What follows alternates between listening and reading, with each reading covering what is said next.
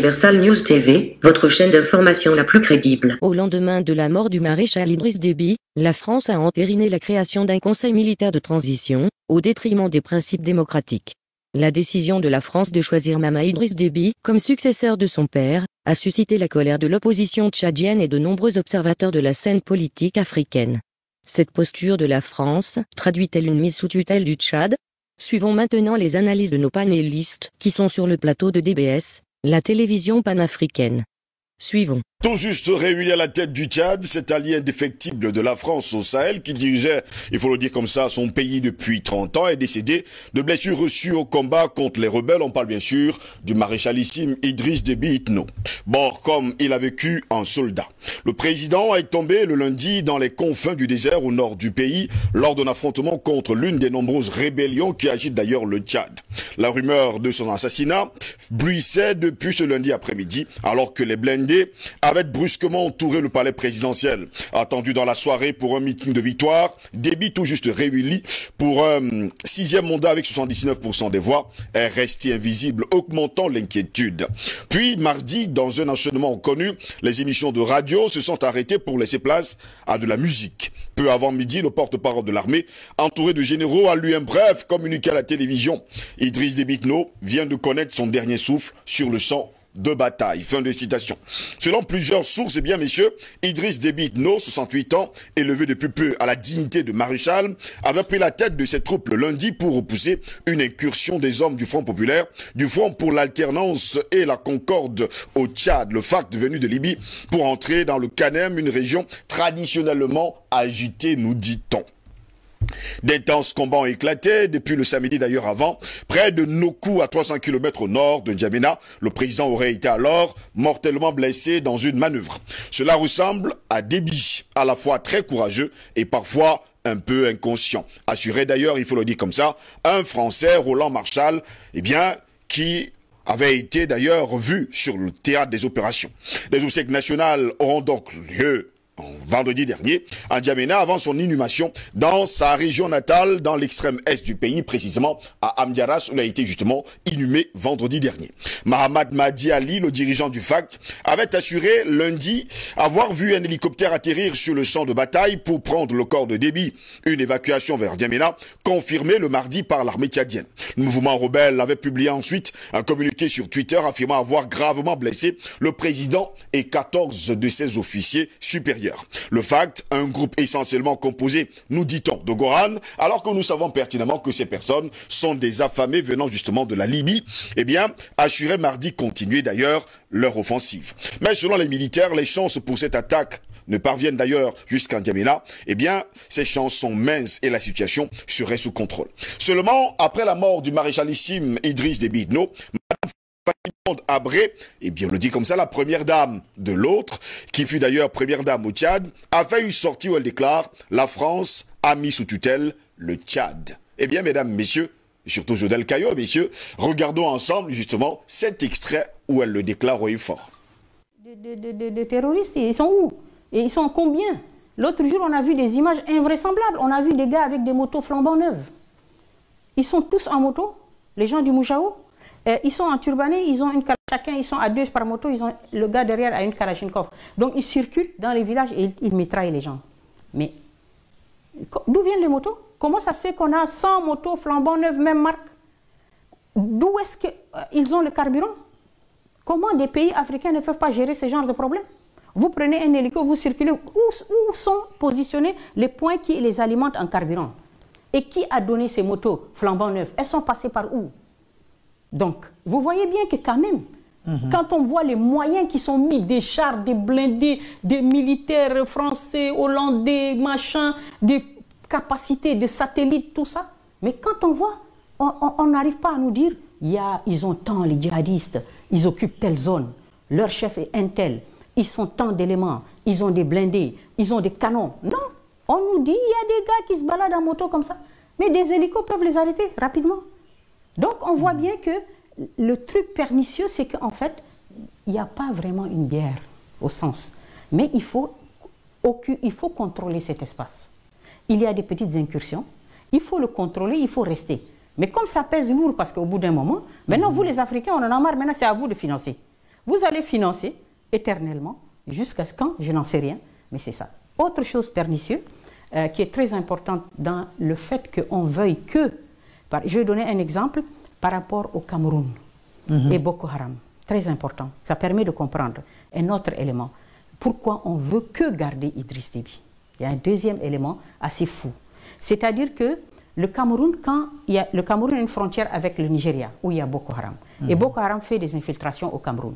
Et prend de surprise les gens et massacre les gens.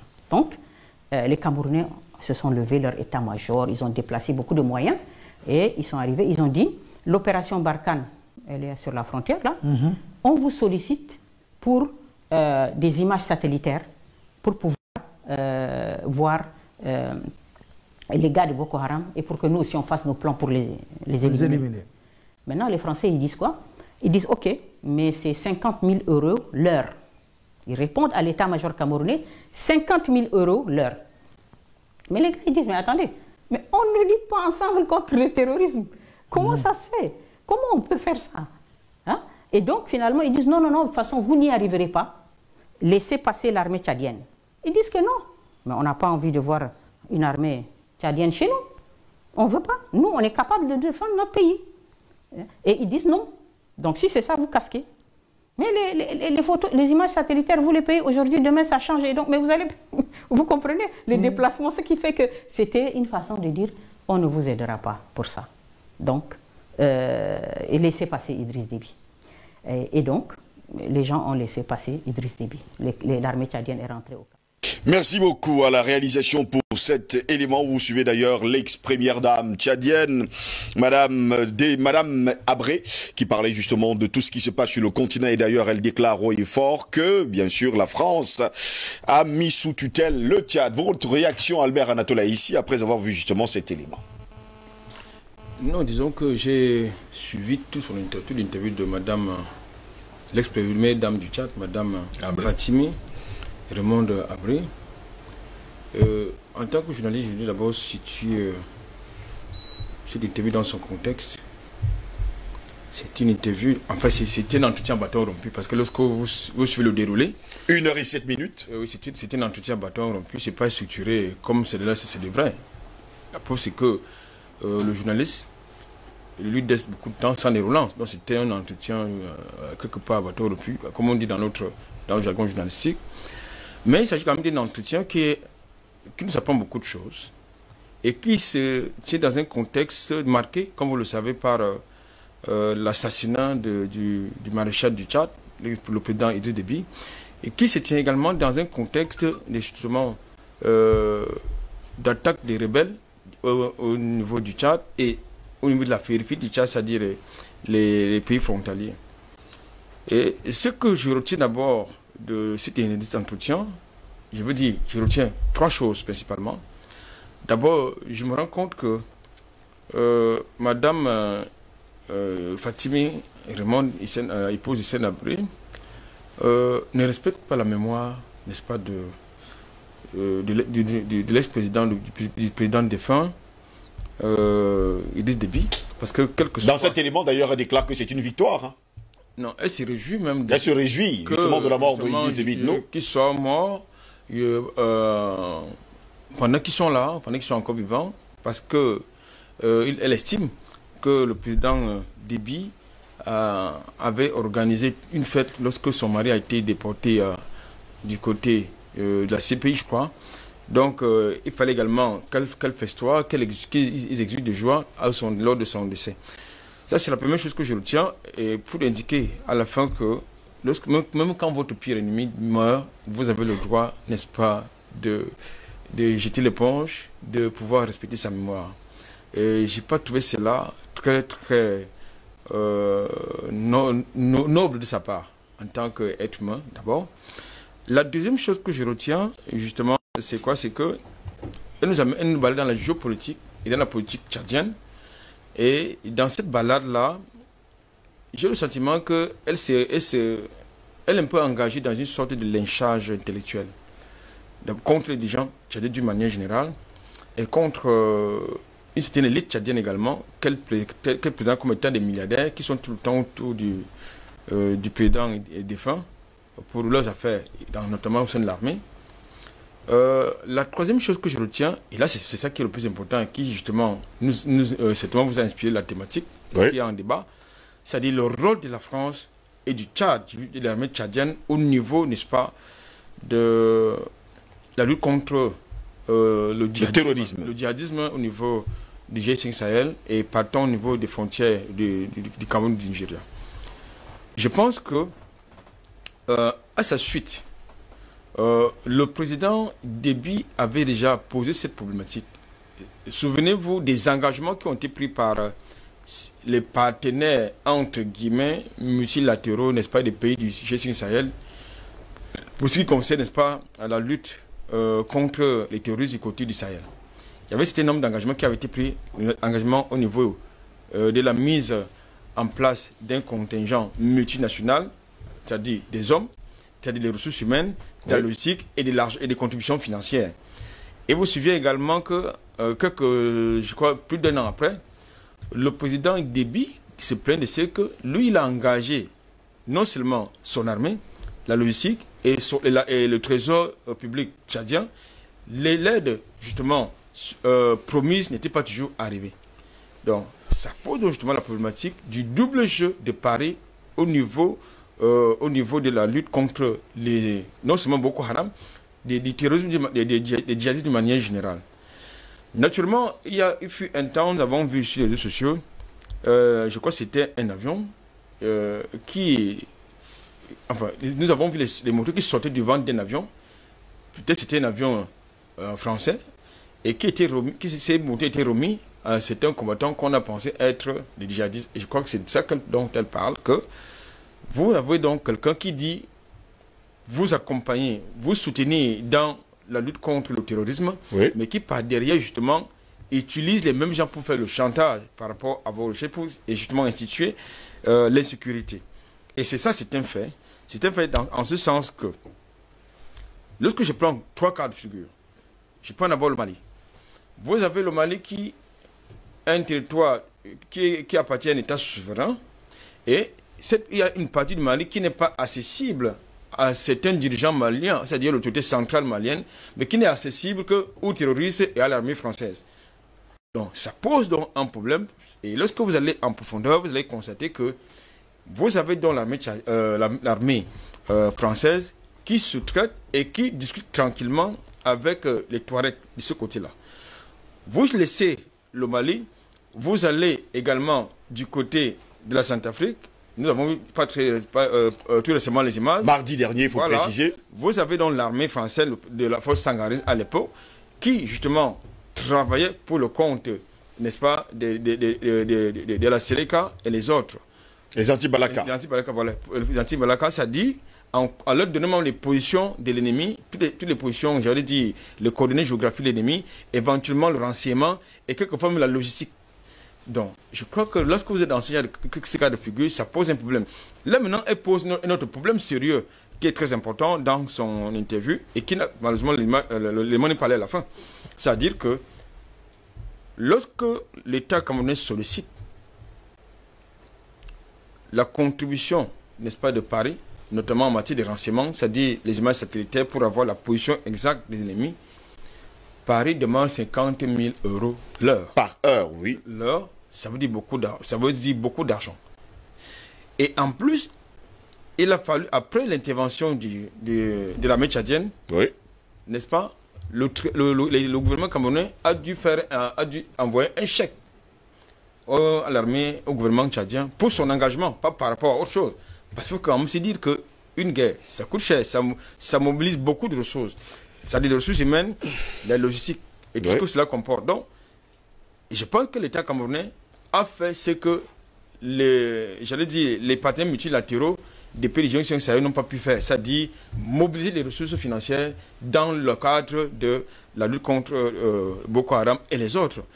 De mon point de vue, comme j'ai l'habitude de le dire, Paris et les autres sont le problème au niveau de l'Afrique subsaharienne, du moins dans le précaré français, au Sahel, ce sont le problème. Et c'est leur présence, en fait, qui crée davantage de surenchères au niveau des attaques. Parce que vous avez derrière ceux qui veulent que cette insécurité soit maintenue pour continuer de faire des affaires et continuer de justifier leur présence sur le territoire, notamment au Tchad, notamment au Mali et ailleurs. Il faut donc continuer à sous-traiter derrière, à faire sous-traiter derrière, n'est-ce pas, les groupes djihadistes. Et ça, c'est important. L'actualité récente, justement, qui nous amène dans le cadre de ce débat, c'est ce qui s'est passé au Tchad. Où tout, n'est-ce pas, toute la vérité n'a pas encore été dite par rapport aux circonstances, n'est-ce pas, de l'assassinat ou de la mort du président Déby. Parce que l'autre cause, c'est que dans la zone, vous avez la force Barkhane, vous avez les Américains qui, avec les AWACS, font du renseignement, sont capables de prendre, n'est-ce pas, les positions à travers les satellites, les positions des différents groupes djihadistes et tout ce que vous voulez. Donc, oui, je pense qu'aujourd'hui, le problème de fond est de savoir est-ce que les pays africains ont besoin de la présence des armées étrangères pour lutter contre l'insécurité? C'est justement ça la grande interrogation. Docteur Jean-Paul Belair, vous comprenez justement avec l'élément de Madame Abré, elle nous dit clairement une chose simple, c'est que c'est Paris qui sous-traite aujourd'hui avec les djihadistes. C'est Paris qui joue à pile ou face, c'est Paris qui veut jouer les sapeurs-pompiers, mais c'est également lui, enfin Paris, le pyromane. Cette dame m'inspire la non-sympathie, pour ne pas dire plus. Oui. Je n'ai pas envie d'être sympathique avec elle. Il faut que les femmes arrêtent de faire ce jeu-là. C'est-à-dire que comme c'est une femme, on va être galant. Il n'en est pas question, c'est la lutte. Désolé. À la guerre comme à la guerre. Parce que s'il y a une femme qui a une kalachnikov à côté, que je me dis comme c'est une femme, elle va me tirer dessus, elle va me tuer, et je n'aurai même pas combattu. Oui. Voilà, elle va crier victoire et son pays aura gagné. Donc non, quand on est en guerre, il n'y a pas de femme, il n'y a pas d'homme. Il faut gagner la guerre, un point entre eux. Et quand on est mort, on ne se relève pas. Ça, il faut aussi, c'est pas un film, il faut bien comprendre ça. Cette femme, c'est elle qui fait le double jeu. D'abord, on connaît qui est son mari. Son mari est ancien amant de Madame Claustre, qui ne connaît pas l'histoire, en tout cas moi je la connais. Lorsqu'il enlevait le mari de Madame Claustre dans le Tibesti, hein, et qu'il a assassiné le colonel Galopin, un colonel français, et la France n'a pas réagi, puisqu'il était agent français depuis la Sorbonne. Oui, ici en Amérique, tout le monde le sait. Il ne connaît pas, alors il ne faut pas venir raconter des histoires.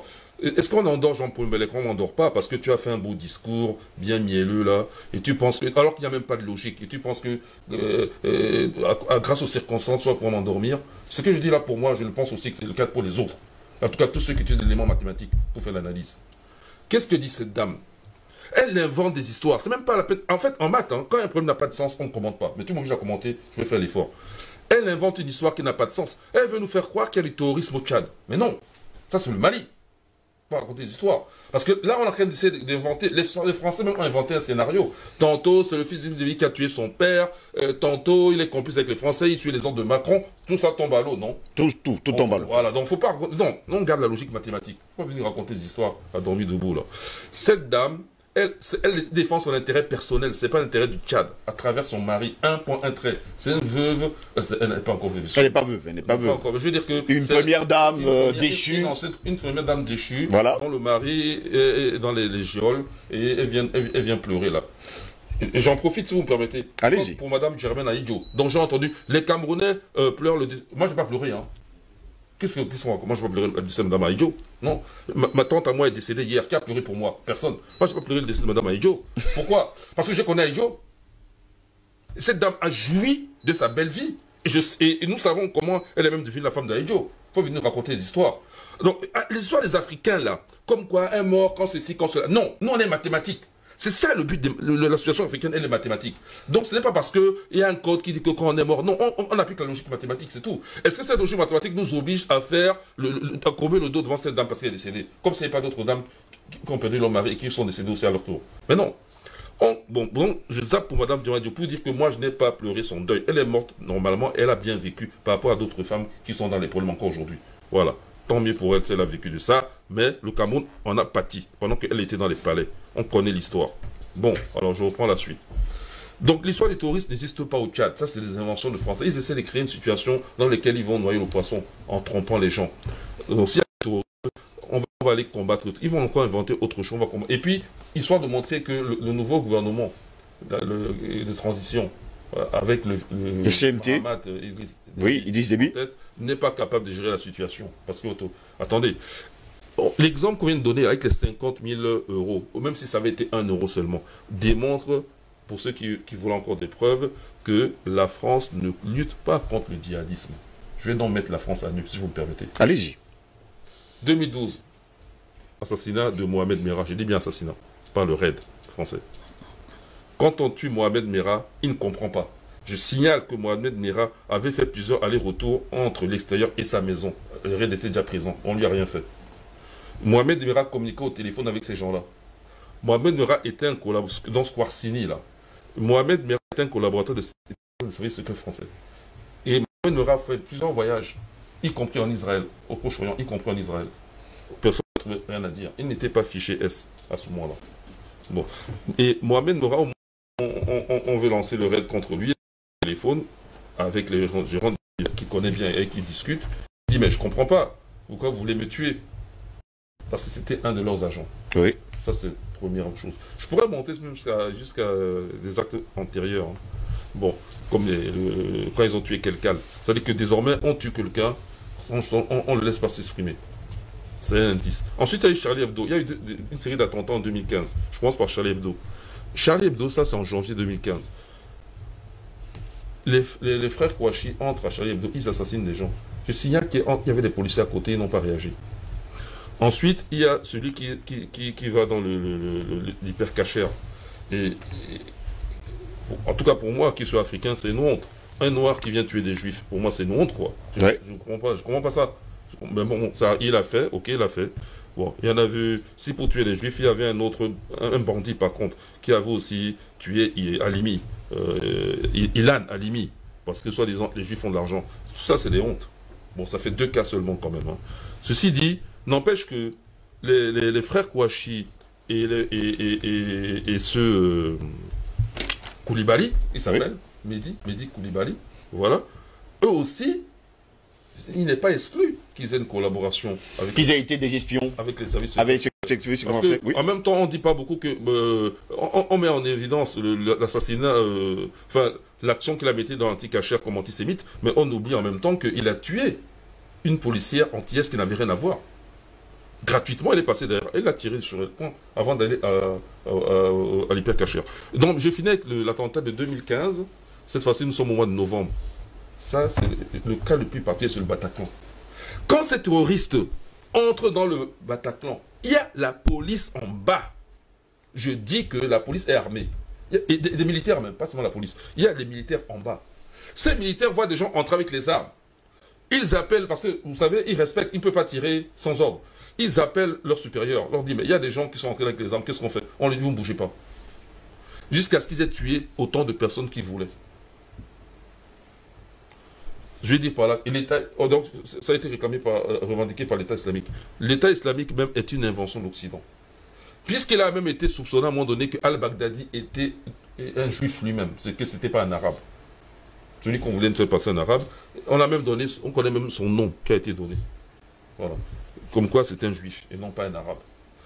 Bref, l'Occident traite avec les djihadistes, ça ne date pas d'aujourd'hui. C'est-à-dire que c'est depuis Ben Laden, ils en ont tiré une leçon. C'est devenu une arme de combat. C'est eux qui gèrent ces islamistes. Et dont la France n'en fait pas exception. La France gère ces islamistes. Tous que ce soit...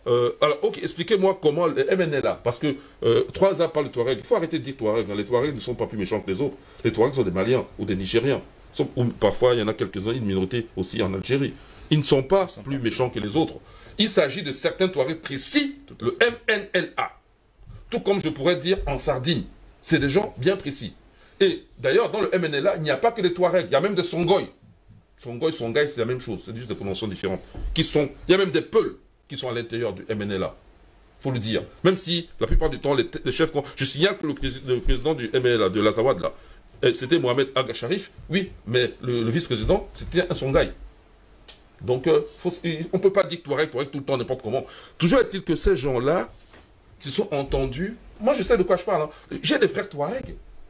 J'en ai déjà donné des noms ici. Donc je sais de quoi. Quand je dis frère, c'est comme on peut dire si moi et mon frère. C'est des gens que j'ai fréquentés de près et qui m'ont même intégré dans leur famille de cette façon, parce que j'étais souvent invité et ils me recevaient avec beaucoup de sympathie. Voilà, donc je sais de quoi je parle. Voilà. Je ne vais pas citer des noms que j'ai déjà cités ici, comme Moussa Agassarid. Bon, ok. Alors, donc, il n'empêche que lorsque les gens du MNLA entrent au Mali, ils sont déjà de mèche avec les djihadistes, à savoir en Sardine, à savoir le Moudjao, dont on a cité, Madame Abré a cité les noms tout à l'heure, et sur Acmi. Comment les gens soutenus par la France, le MNLA, parce qu'ils sont entendus depuis la Libye, hein. C'était des gens qui combattaient du côté de Kadhafi, mais qui ont tourné la veste, c'est un accord avec la France. Comment ces gens-là, et d'ailleurs beaucoup, Moussa Agassari vit encore en France à Angers, hein, oui. là aujourd'hui, hein. Donc c'est la preuve, si on voulait encore une. J'en peux donner d'autres. Alors, comment ça se fait que des gens qui s'entendent avec la France s'allient aux djihadistes? Mais c'est parce que la France discute avec des djihadistes, et qu'eux-mêmes ont des djihadistes à leur sol. Voilà, ils entrent au Mali et font ce que nous connaissons aujourd'hui. Donc, moi, je vais donc chuter comme ça en disant que dans les titulés que tu nous as envoyés, la première partie ne me plaît pas. La seconde partie, oui. Je viens de le commenter. Oui. La France traite avec les djihadistes. La première partie qui consiste à dire que c'est sous tutelle de... Non. Le Tchad n'est pas sous tutelle de la France. C'est quoi l'expression? Tutelle, tu as dit comme expression, je crois. Hein? Sous tutelle, oui. Non, le Tchad n'est pas sous tutelle de la France. Mis sous tutelle de la... N'est pas mis sous tutelle de la France. Attends, c'est nier l'autorité qui est là. Et mis sous tutelle comment? On est dans le combat. Chacun donne des coups. Voilà, donc je chute. Pour la première partie. Merci beaucoup, Dr Jean-Paul Bellet, pour cette première partie. Pendant ce temps, Simon D, la France passe donc la majeure partie de son temps à ajouter le spectre du djihadisme sur le continent africain, non seulement pour menacer les pays sur le continent africain, mais plus tard venir demander de résoudre d'ailleurs le problème. Problème que cette France ne va jamais résoudre. J'ai l'impression que les gens jouent au sapin-pompier après avoir mis le feu. Oui. Et ce qui m'embête avec la déclaration de Mme Abré, j'ai l'impression que c'est aujourd'hui qu'elle sait que le Tchad existe depuis des années où son mari est en prison. Donc elle avait des informations sur le Tchad, elle ne les donnait pas. Je ne sais pas surpris que cette dame, que demain, vous entendez une histoire où on dit admissible et que M. Abré est libre et sa femme, ils jugent de la vie parce qu'ils sont en train de jouer un rôle bien précis. Il est actuellement malade, hein, et en prison. Malade demande d'ailleurs à être amnistié, justement. C'est justement pour ça que ils sont en train de préparer un coup. Ça ne me surprendrait pas que demain, quand on dise qu'à cause de la maladie ou machin, truc, qu'on les libère. Non, je dis encore une fois qu'il faut que les Africains comprennent qu'on ne peut pas sacrifier son peuple à cause du pouvoir, à cause de l'argent. On se laisse manipuler régulièrement et c'est une honte. Des Africains meurent chaque jour parce que d'autres Africains sont mis avec l'ennemi pour les assassiner. Est-ce que c'est normal? Est-ce qu'ils se rendent même compte de ce que ça représente? Leurs enfants, leurs cousins, leurs machins sont morts à cause du argent, à cause du pouvoir. J'ai honte. J'ai honte d'entendre une telle déclaration d'une femme qui a mis des enfants au monde. Qui, au lieu de prêcher la paix, je ne sais pas, quelqu'un est mort, même s'il a été l'ennemi de ton mari. Il a posé des actes. Tu as vu pendant des années, au lieu même de se rapprocher, chercher à vous entendre pour pouvoir gérer votre pays, vous vous taisez et quand quelqu'un meurt, vous ne souhaitez même pas des condoléances, vous sortez des inepties pour faire plaisir à votre bourreau. C'est malheureux. Ceci dit, M. Ngoz, il y a quelque chose qui me chagrine. Depuis des années, quand on parle de djihadistes, je n'ai jamais appris un seul instant que ces djihadistes sont attaqués à un intérêt français quelque part, où tu es un seul Français. Ce sont les Noirs, ce sont les militaires tchadiens, tous, Maliens, tous et tous qui meurent. Aucun Français inquiété, aucun intérêt. Je ne veux pas dire d'intérêt parce que les Français n'ont pas d'intérêt en Afrique. Ils viennent piller. Aucun problème dans la zone où on pille le sol et le sous-sol africain. Les bases militaires françaises n'ont jamais été attaquées par la djihadiste. Aucun. Pas un seul jour. C'est quand même curieux. Très curieux d'ailleurs, hein, Simon D. Qui prétendent lutter contre je ne sais pas quelle personne. Moi je ne comprends pas. Je voudrais qu'on me dise, ils luttent contre qui en réalité? Je voudrais comprendre. Depuis des années, ces djihadistes, ils luttent contre qui? Jusqu'à aujourd'hui, je ne sais pas. On tue des Africains, on va brûler des maisons, on brûle tout et tout et tout. C'est pareil pour le Boko Haram au Cameroun. On lutte contre qui en réalité? Est-ce contre des Français? Contre des Africains? Contre les Chinois? Contre qui finalement? Non. Les Africains doivent arrêter de se laisser manipuler. Et c'est malheureux. C'est malheureux qu'on en soit arrivé à ce niveau où les gens ont des drones, les gens ont des satellites. Donc, ils voient tout ce qui se passe. Ils choisissent à qui ils doivent donner l'information. Ils choisissent à qui ils doivent donner les motos, alimenter les essences pour aller détruire les villages entiers. Tout le monde regarde. Les mêmes personnes qui sont des Africains prennent des motos, vont brûler des villages, détruire tout et tout. Mais les autres Français, ils ne touchent pas. Ils n'osent même pas s'aventurer de ce côté. Non. Je pense qu'il est grand temps où nos autorités doivent rééduquer la population. Parce qu'on nous a manipulés, même au niveau de l'éducation. On a créé des classes, Oui. on a donné des instructions, on n'a jamais éduqué, on n'a jamais envoyé nos enfants à l'école. On les a manipulés, on leur donne des instructions. Moi, quand vous verrez, quand quelqu'un est ministre, il récite exactement ce que l'enseignant veut qu'il récite. Et quand l'enseignant donne des instructions, comme on a donné à cette dame, qui raconte n'importe quoi, elle clame ça haut et fort. Elle va vous dire demain qu'elle était à l'école. Elle était en classe. Elle a reçu des instructions. Elle n'a pas reçu d'éducation. Je suis désolé. Il faut que les Africains reprennent en main leur éducation et ils envoient les gens à la vraie école. L'école, c'est quoi? Chercher d'où on vient et où on va. Et qu'est-ce qu'on doit produire. Je le dis aujourd'hui, pourquoi? Nous appartenons à un groupe où si les gens se mettent ensemble pour défendre leurs intérêts, la France ou n'importe quel pays occidental ne peut plus rien dire en Afrique. Parce que c'est dans leurs documents qui disent que pas d'intérêt, pas d'action. Où sont les intérêts des Africains? Nulle part. Parce qu'on s'est mis ensemble pour avoir des intérêts communs. On vient nous pomper l'air avec des histoires qu'on dit Union africaine, machin, truc, qui n'ont pas de sens, qui est un sous-produit de l'Union européenne. Il est encore mettre à terme. Et la véritable union va se faire autour des intérêts. L'intérêt, c'est quoi? Je dis, quand on produit ce qu'on consomme et on consomme ce qu'on produit, on devient maître de son destin. Vous mettez hors d'état tout ce qui vient de l'extérieur parce que vous faites en sorte que le pouvoir en place surtaxe les produits importés et personne la production locale. Et on met en place un système économique qui va relier tous les pays africains. Et on peut booster l'économie. Les échanges qui sont aujourd'hui de 2%, on peut les amener à 30%. Ça va créer des emplois. Ça va stabiliser les pays continents. Et personne ne pourra venir encore déstabiliser les pays avec des gens comme les djihadistes.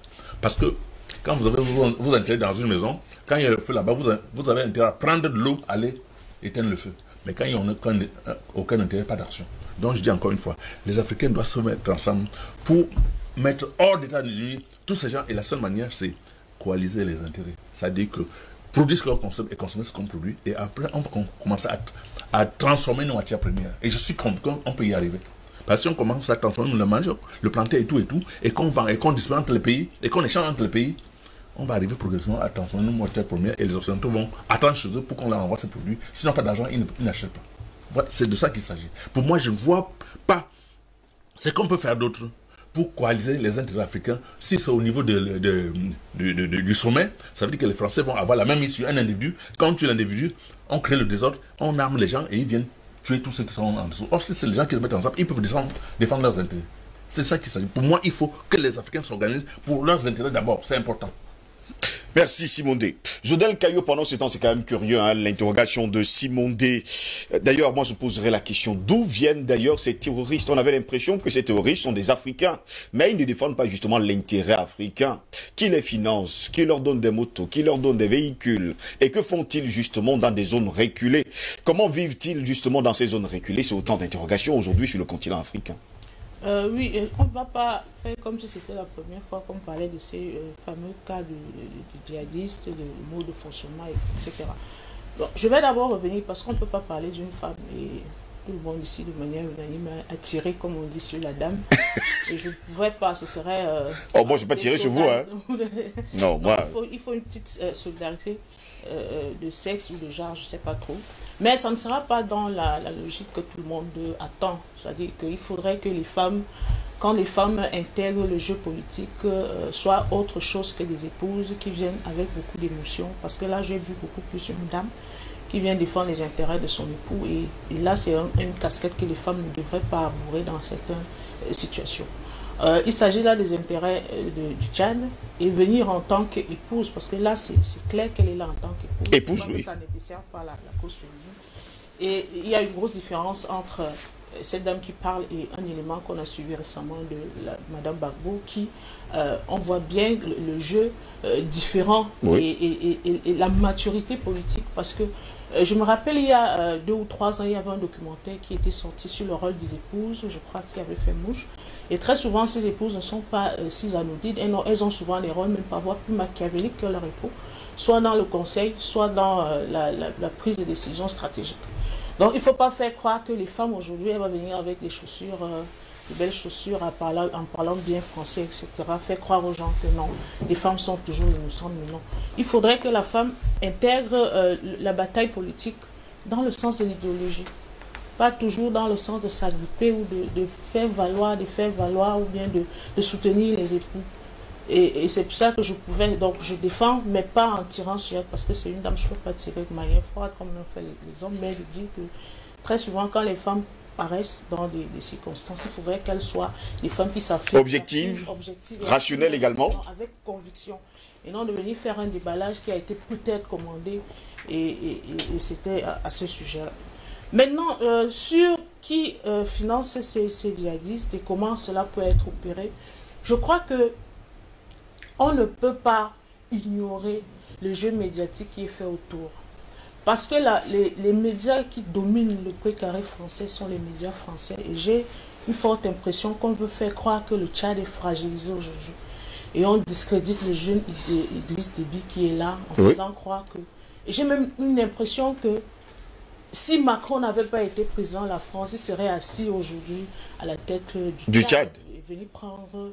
vous voyez comment il était là avec les présidents. Grands seigneurs. Celui qu'on voyait. Heureusement que de moins en moins les présidents africains courent vers le président français quand il arrive. Je pense que là, à un moment donné, on aurait vu tous les présidents d'Afrique aller faire allégeance et autres. Ça, c'est une victoire déjà au niveau des mentalités, de démystifier le colon, parce que là, c'est le colon. Oui. Et je pense qu'on n'a pas besoin d'aller sur les prismes très économiques. Moi, je suis journaliste et je reste dans ce qui transparaît dans les médias. Aujourd'hui, on veut faire croire, je le redis encore, que le Tchad ne peut pas gérer cette situation. Oui.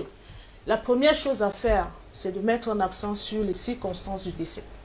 Parce que mettre un accent sur la gestion du Tchad veut nous faire oublier ce qu'il en est été, ce qu'il en a été cette nuit-là, qu'est-ce qui s'est passé et comment les choses se sont déroulées. Si la France veut aider, vous savez, quand il y a un meurtre ou bien quand il y a un décès, la première démarche à faire, c'est d'éclairer d'abord, parce que c'est à partir de cela qu'on saura qui est du camp ou qui ne l'est pas. Justement. Le Tchad aujourd'hui, et je le dis par solidarité africaine et par fraternité, que s'en sort magnifiquement bien de la situation. Venir faire de jeux troubles aujourd'hui et mettre à chaque fois du poison dans la soupe, parce que on met du poison, ça ne tue pas, on met et on va mettre encore et encore pour qu'une seule bouchée puisse être fatale. Donc je crois que il ne faudrait pas, et je le dis parce qu'il y a une certaine opinion sur la toile qui voudrait faire croire qu'il s'agit là de quelque chose de très banal ou d'un scénario dans lequel l'Afrique est habituée, coup d'État, etc. Non, il ne s'agit pas de cela pour le moment. Sauf si on nous apporte des preuves tangibles. Il s'agit bien d'un État qui est la France, qui veut s'accaparer de cette zone-là. On savait que Idriss Déby, à un moment donné, devenait gênant, même s'il faisait croire que la France était alliée. On les a toujours présentés comme un allié. Mais en politique, dans un contexte pareil, on ne peut pas parler d'alliés, mais plutôt d'intérêts. À un moment donné, les intérêts convergeaient. Et je crois qu'à un moment donné, cela ne convergeait plus. Parce que vous savez... Ça signifie qu'au départ... Entre Idriss Déby Itno et la France, c'était de très bons amis finalement. C'était de très bons amis. Donc à un moment donné, Idriss Déby s'est réveillé et là il dit bon ok, on n'est plus amis. Et non seulement il a dit qu'on n'est plus amis, mais il y avait une certaine indépendance. Parce qu'il faut savoir que le Tchad, au fil du temps, a su renforcer cette armée-là et être autonome, puisque la France pouvait, vous savez bien, on appelait, le Tchad, on appelait le Tchad au même titre qu'on appelait les autres puissances, venir renforcer les armées dans d'autres pays. Justement. Donc, le Tchad est une puissance militaire. Donc vous voyez, bien connue d'ailleurs. À un moment donné, quand on a nourri l'enfant et on se rend compte que l'enfant peut marcher de lui-même, parfois on voit qu'on n'est plus, on est dispensable, c'est-à-dire qu'on ne peut plus avoir cette même autorité et on craint. Et vous savez qu'en dehors de tout cela, il y a eu un gros, je vais dire, une grosse communication ou bien je vais dire quoi, on vend je dis au niveau du Mali où on a par exemple dit que la France était là pour piller les richesses. Vous savez qu'il y a eu des démonstrations, il y a eu des preuves tangibles qui disaient que effectivement voilà le rôle que jouait la France. Et à un moment donné, il y a eu la pression qui demandait déjà à la France de quitter le Mali. Et vous voyez que on est de quitter le Tchad également.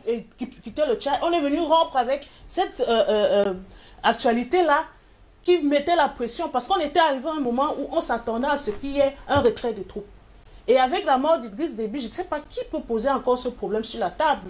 Et ils font croire que le Tchad est vulnérable, la mort du disque rend notre pays vulnérable. Et je ne pense pas que quiconque va encore poser le problème du retrait des troupes françaises au niveau du G5 Sahel. Donc je pense que si on ne sait pas encore comment est décédé le président tchadien, jusqu'à présent, la France essaye de tirer profit de cette situation-là. Et nous ne devons pas le céder parce que il y a une guerre psychologique qui se mène là. Il y a une guerre idéologique, c'est-à-dire qu'on voudrait faire croire aux Africains qu'il s'agit d'un simple coup d'État parce qu'on a attribué, et vous savez comment les Africains considèrent la filiation. Quand on attribue, ou bien quand on dit qu'un enfant a tué son père, c'est pour susciter peut-être un rejet vis-à-vis de la personne. Oui. On dit des choses qu'on ne justifie pas, mais tout cela, ça fait partie de la guerre des opinions. Dire des choses pour préconstruire ou construire certaines idées, pour fragiliser aussi les États et discréditer celui qui est là pour le moment. Il a dit, en 18 mois, on va organiser les élections, qu'on laisse faire. Ce sont les mêmes qui approuve le jour ce qu'il fait et le soir, qui part dans France 24, qui part dans les chaînes de télévision. Pour dire le contraire. Pour dire le contraire. Donc, oui. Il faut qu'on reste, comme on dit au quartier, qu'on reste concentré. Et qu'on comprenne qu'il faut faire confiance aux Tchadiens et donner plutôt que de faire une critique négative ou une critique seulement de manière, je veux dire, un regard de façade. Il faut aller de manière très profonde. Accompagner nos frères à ce qu'il y ait une transition digne de ce nom, hors de ces États, hors de ces colons qui viennent toujours imposer. Parce que si demain, la France continue ce qu'elle fait, celui qui sera là dans 18 mois sera un produit français. Et ils sont en train de... C'est-à-dire, ils mènent les combats sur tous les fronts. Il faut qu'ils soient à gauche et à droite. Les djihadistes. Il faut qu'ils choisissent le futur président. Il faut qu'ils maintiennent l'ordre selon leur volonté et selon leurs intérêts. Et ils distraient... C'est-à-dire, c'est comme si vous êtes en guerre et vous êtes sur plusieurs fronts et vous êtes ni concentré à ce qui est actuellement, qui est d'abord préserver la paix. Vous savez qu'après le départ de Macron, il y a eu des mouvements d'humeur. Je ne comprends pas comment un président qui était là, il arrive et quand il s'en va... c'est là où les populations sortent justement des maisons. Etc. Vous voyez qu'on n'a pas besoin d'être un génie pour comprendre qu'il y a quelque chose qui se cache à chaque fois que la France est présente quelque part. Je ne suis pas sûre que s'il n'avait pas été là pendant les obsèques, on aurait eu cette suite-là. Et pourquoi il vient aux obsèques aussi? Il pouvait déléguer ou bien faire les courriers, etc. Mais il est venu en grand patron allié qu'il soutient, mais on n'a plus besoin de cela. Il était le seul blanc là, et puis c'est lui seul qu'on voyait, et toujours fait penser aux gens. C'est toujours une guerre psychologique, une guerre d'opinion, une guerre d'omniprésence. Vous savez que la présence aussi est très dissuasive, ou change les comportements, ou bien vous faites toujours rester dans le prisme du... Vous savez, quand vous avez le maître en classe tout le temps, on a toujours comme l'impression que les élèves vont se tenir à respect ou à carreau. Je le dis parce que jusqu'à présent, les lectures que nous faisons sur les réseaux sociaux déçoivent. Il y a certaines personnes qui y mettent beaucoup d'émotions. Les Africains grandissent. Et en grandissant, il faut toujours regarder l'histoire. Oui. Cette dame qui, aujourd'hui, parce que c'est elle qui est le prétexte de notre présence ici, cette dame réapparaît aujourd'hui parce qu'en politique, toutes les sorties, tous les mouvements sont calculés. Mais n'est-elle plus tchadienne? Moi, je poserai la question. N'est-elle plus tchadienne? Elle a toujours été tchadienne. Bon. N'a-t-elle pas toujours été tchadienne? C'est la grande interrogation. C'est aujourd'hui qu'elle est tchadienne. Donc, j'ai quand même cette galanterie féminine, je ne veux pas dire masculine, je ne veux pas tirer sur une semblable, mais je pense qu'il ne faudrait pas non plus prendre ces propos comme de l'évangile, ou bien pour ceux qui sont chrétiens, ou je ne sais pas, des sourates, etc. Il faut toujours réfléchir. Parce que j'ai vu cette sortie brandie, les gens ont partagé, voilà ce qui se passe, voilà les enjeux, mais... Une dame qui n'a jamais été présente sur les grandes questions, elle n'a jamais réagi, elle réapparaît tout à l'heure, elle fait des confidences et donne des informations aussi stratégiques. Vous pensez que cette dame vraiment était là depuis toujours? Beaucoup d'Africains se posent la question, où était-elle auparavant? Justement, et quand elle vient, elle a jusqu'à ce qui se passe au niveau de Yaoundé, au niveau du Cameroun, savoir quels sont les montants. Mais attendez. C'est comme une femme qui... Nous, on est des journalistes. Avant de passer à une émission, on vous dit quelles seront les questions qu'on va vous poser. Vous cherchez... Le journaliste ne peut jamais être surpris par une réponse. Donc, nous, peut-être parce qu'on a cette pratique-là, qu'on sait que cette interview a été préparée d'avance. Et qu'on trompe les naïfs, nous, je pense, et je le dis peut-être parce que je ne suis pas la seule dans ce plateau en tant que journaliste, c'est de dire qu'on ne peut pas tromper. Il va de soi que c'est une répétition et on est venu juste restituer ce qui a été préparé. Merci, Jodé Kao, pour cette prise de parole. Pendant ce temps, Albert Anatola, ici, on ne va pas également dire que la France a quitté le Tchad. Il y a toujours une base militaire française au Tchad. Il y a toujours des installations françaises au Tchad. On ne peut pas dire aujourd'hui que la France a quitté le Tchad. Je voudrais faire mieux certains arguments de Jodel, oui, notamment par rapport à l'ambiguïté et les contradictions de Paris sur la gestion de certaines situations sur le territoire africain. Je prends la déclaration de M. Macron au Mali. Lorsque Ibeka tombe, M. Macron donne carrément les injonctions à la jeune qui prend la transition qu'il est question de remettre le pouvoir aux civils et pour assurer une transition, pour assurer la continuité, n'est-ce pas, de l'autre conditionnel. Au niveau du Tchad, c'est notre discours qu'il prend acte d'intervention militaire. Je ne sais pas si vous comprenez un peu. On vous comprend parfaitement. Et j'espère également que le téléspectateur vous comprenne. Alors là, non seulement ça pose un problème de contradiction, mais en même temps, ça me renvoie à ce que je pourrais appeler une démocratie de contradiction et d'ingérence. Parce que je ne suis pas certain que M. Macron pourrait accepter que l'Italie vienne lui dire la même chose sur les questions qui concernent uniquement la France. Je ne suis pas certain. Je dois faire une légère digression, toujours pour parler justement des éléments de langage et faire également mettre ces éléments de langage de Jodel. J'ai vu certains représentants diplomatiques aller rencontrer certains leaders de l'opposition au Tchad pour parler justement des questions qui relèvent d'un problème tchado-tchadien. Il s'agit des diplomates.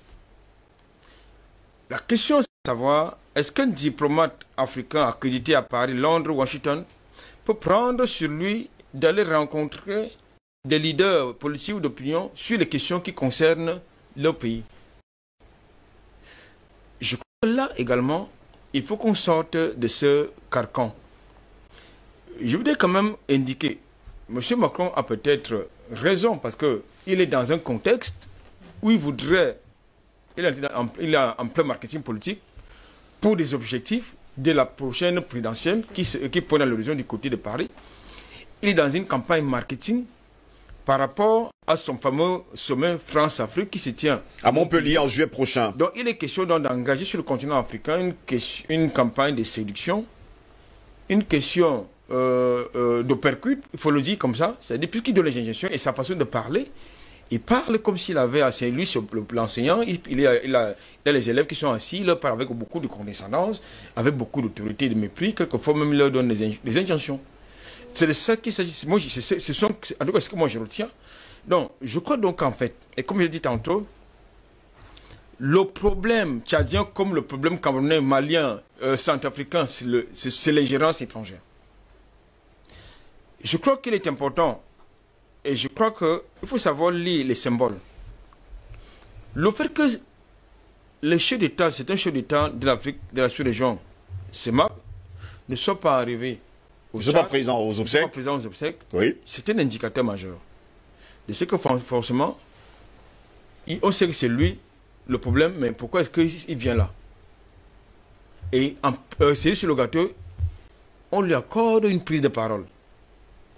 Mais il devrait être censuré, ce monsieur. Je poserai une question à Albert Anatola ici. Emmanuel Macron est-il tchadien? Est-il africain? Je crois qu'il ne l'est pas. Sauf si il a... Qu'est-ce qu'il vient faire donc aux obsèques d'Idriss Déby? Que vient-il faire sur le continent africain?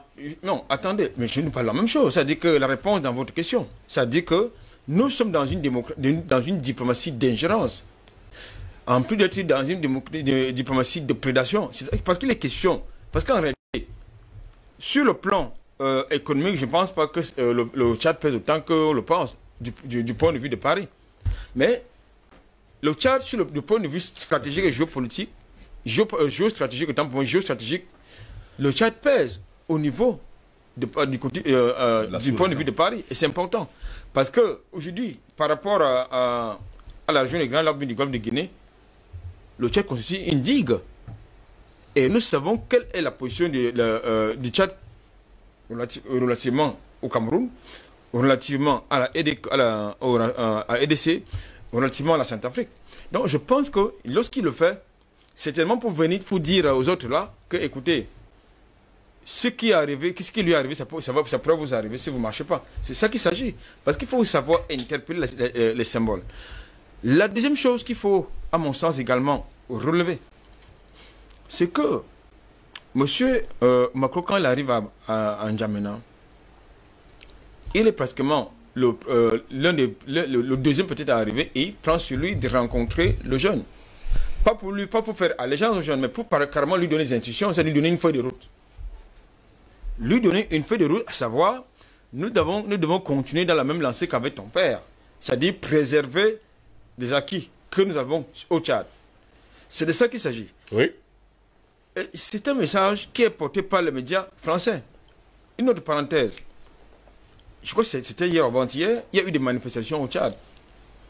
Mais il n'y a qu'une manifestation qui a été présentée par les médias français. Oui. C'est-à-dire les manifestations portées par une certaine opposition qui ne veut pas d'une transition militaire, qui voudrait un retour à l'ordre constitutionnel.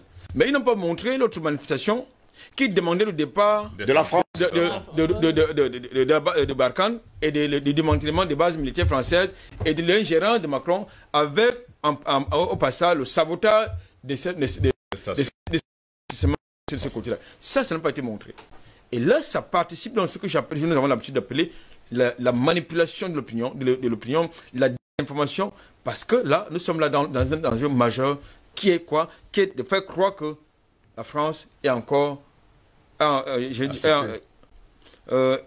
encore une certaine influence, voilà, encore une certaine influence au niveau du Tchad, Centrafrique ou bien au Cameroun.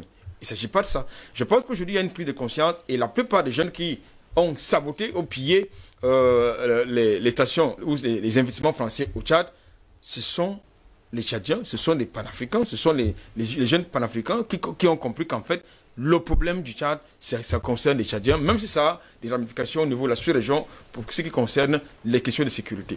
Donc, je crois aujourd'hui qu'il est important qu'on laisse les Tchadiens régler le problème. Ce n'est pas Paris qui doit pouvoir le faire. Si Paris a autant de moyens, a autant d'énergie pour résoudre ces problèmes, il faut que Paris commence par balayer devant sa propre cour. Parce qu'aujourd'hui, il faut quand même le dire, on nous traite d'anti-français, d'anti-français, n'est-ce pas? Mais aujourd'hui, il y a un scandale. Anti-français. Et aujourd'hui, nous avons donc un scandale de Paris. Il faut bien préciser les mots, Albert. Je dis bien qu'aujourd'hui, nous assumons certainement d'être des animateurs. Non, nous assumons. En tout cas, moi, j'assume d'être un anti-français. Mais il y a quand même un problème. À l'Union de Paris, il y a quand même une polémique qui est née de ce côté parce qu'il y a quelqu'un qui a commis une tribune pour indiquer que désormais, la France, c'est aux Français. Et si la France, c'est aux Français, l'Afrique, ça appartient à qui? Parce qu'il y en a qui estiment que leur avenir, c'est l'Afrique. Alors, si la France, c'est aux Français, eh bien, l'Afrique, c'est aux Africains. Docteur Jean-Paul Bellec, justement, si la France est aux Français, l'Afrique devrait normalement être aux Africains. Mais je vous pose cette question. Que fait la France sur le continent africain? Elle ne paie rien pour attendre. Ce qui doit arriver arrivera et elle va le payer cher. Ceci dit, je suis d'accord avec 3A. À un détail près, je suis désolé, je crois, à chaque fois de dire qu'il y a un détail près, c'est que l'ingérence est étrangère parce que c'est la France. Mais quand c'est le Cameroun, moi j'appelle pas ça une ingérence étrangère. Ou alors tu enlèves le mot ingérence. Et comme ça, on s'en fout d'étrangère. En tout cas, nous ne sommes pas étrangers au problème tchadien. On est obligé de s'ingérer, ça c'est clair, dans le problème tchadien. J'ai dit ça dans une chaîne autre panafricaniste il y a quelques jours. Je parlais de physique. Que le problème ici est un problème quantique. C'est-à-dire le système Tchad et le système Cameroun ne forment qu'un seul système. Il y a non-séparabilité. Et ça inclut la Centrafrique, le Gabon, le Congo, bref, la CEMAC, à minima, pour ne pas étendre plus loin. C'est non séparable. C'est-à-dire que tu ne peux pas dire je traite le problème de l'un et j'oublie l'autre. Non, ça ne marche pas. Vous savez, c'est un système quantique, ça existe. Hein. C'est-à-dire que, je donne un exemple de système quantique. Tu prends deux particules quantiques, ils ont les électrons. Et ils étaient ce qu'on appelle dans une situation intriquée. Oui. Donc, il y en a un qui va très loin et tu t'assures que la distance où il se trouve Quoi que l'on envoyé comme signal, ça ne peut pas t'arriver. Parce que, pour une durée donnée. Oui. Parce que même la lumière n'aura pas eu le temps pour te parvenir. Et comme rien ne va plus vite que la vitesse s'est bien dans le vide, ok. Donc, n'empêche que quand tu vas jouer sur cette... Comme ils sont intriqués, quand tu vas influencer cet électron, l'autre qui est long là-bas aussi influencé. C'est acausal. C'est ça qu'on appelle un système non séparable. Oui. Tu dois les traiter comme un tout. Voilà. C'est pas la vision classique de la physique où on peut prendre un système et regarder chacun des petits morceaux et étudier séparément et voir comment il évolue pour faire une somme à la fin. Ça ne marche pas dans un système quantique où il y a non-séparabilité. Ça fait partie de la loi de la physique quantique. Donc, c'est le cas du Cameroun. Donc, ce qui arrive au Tchad, on ne peut pas l'oublier. Pourquoi? Parce que nous avons notre business plan. Il y a que les Occidentaux qui ont leur business plan, avec leur Covid, des bizarreries, là, vous vous souvenez de l'histoire des guignols. Oui. Et nous, on a notre business plan. On a la nouvelle monnaie, qui est cruciale, parce que dès qu'un partenaire sort et renforce la France, ben, ça donne du plan dans l'aile à cette monnaie, elle n'aura pas lieu. Parce que ça a été pensé comme ça. Moi, j'ai tous les comptes de la BA de 2009 jusqu'à 2020.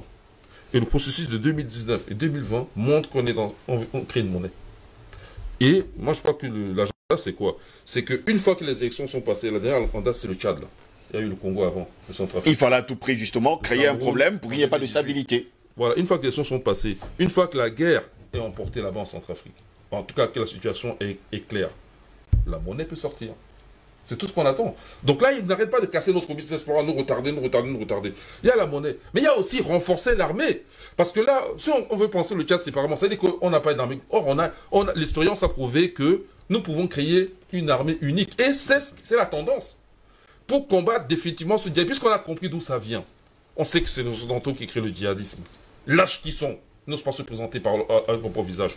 Je ne vais pas durer longtemps. Non, prenez votre temps. Oui, non, on va laisser beaucoup. J'ai donné une partie de mon temps à la dame. Hein, comme j'ai été agressif au départ. Mon agressivité est gentille, hein, parce que c'est celle d'un combattant. Et j'espère avoir à côté de moi une combattante. Pas une future traite qui ne profite que de la situation. Une vraie combattante, digne de ce nom. Comme vous l'avez dit, le cas de Madame Yves Bagbo, là. Voilà, c'est un exemple. Alors, donc je vais chuter là pour dire que la France défend quelque chose aussi. Elle sait que si la situation au Tchad est sous contrôle par les autorités tchadiennes, on va demander, comme le peuple a fait dernièrement, le départ de Barkhane. C'est ce qui doit se passer aussi en Centrafrique. Les troupes françaises doivent quitter nos régions. Ça, c'est une chose. La deuxième chose, c'est quoi? C'est que c'est-à-dire que toute la domination française qui est basée, par exemple, sur le franc CFA, qui n'existe plus, mais enfin, et qui continue à circuler. Voilà. Toute cette domination financière, si cette domination économique, du coup, parce que l'armée française est la garante sur le terrain, est remise en cause. Or, par contre, si ces choses restent en place, nous aurons des difficultés à avancer. Voilà. Messieurs, on va prendre également un autre élément. Tout à l'heure, Madame Abré parlait des problèmes de son mari. On ne va pas également oublier que son mari a eu les mêmes problèmes qu'avait eu Idriss Déby en son temps. Idriss Déby a connu justement les mêmes problèmes que Hissène Habré avait également en son temps. Elle a oublié de nous le dire justement dans son élément. On va donc laisser son mari dans une interview justement, il y a encore très longtemps aujourd'hui, où il exposait les problèmes que lui apporter en tout cas la France sur le sol tchadien. Parfois je me pose la question, pourquoi le monde occidental de façon parfois choquante veut imposer à tout le monde son système. Nous sommes en droit de nous poser cette question. Et vous, vous êtes en droit de vous poser à vous-même cette question. Pourquoi vous nous dites ce qui est bon pour nous est bon pour vous? Alors que toute l'histoire est là. L'Occident n'a jamais été un modèle de liberté et de démocratie, soyons sérieux. Vous nous avez toujours écrasés dans l'histoire. Depuis la traite des nègres, qui a fait entre 200 et 500 millions de déportés, de morts. La colonisation qui a été une tragédie terrible pour l'Afrique. Aujourd'hui, le néocolonialisme, vous nous dominez sous tous les rapports, pour nous exploiter, sous tous les rapports. économique, culturelle, politique, diplomatique, militaire. Et vous prétendez que notre bonheur, c'est ce que vous nous dites. Or, dans la pratique, vous avez toujours fait le contraire. Et vous, franchement, dans ce domaine, nous n'avons pas à recevoir des leçons de ceux qui prétendent être démocrates, mais qui ne le sont pas de notre point de vue. En tout cas, par rapport à nous. Ils n'ont jamais été démocrates et ils ne le sont pas. Alors, laissez-nous trouver en toute liberté, parce que soyez convaincus que nous aussi nous aimons la liberté. Nos peuples aiment la liberté, la démocratie. C'est dans la nature de l'être humain. Mais acceptez que nous avons notre histoire, nous avons notre culture, nous avons nos problèmes.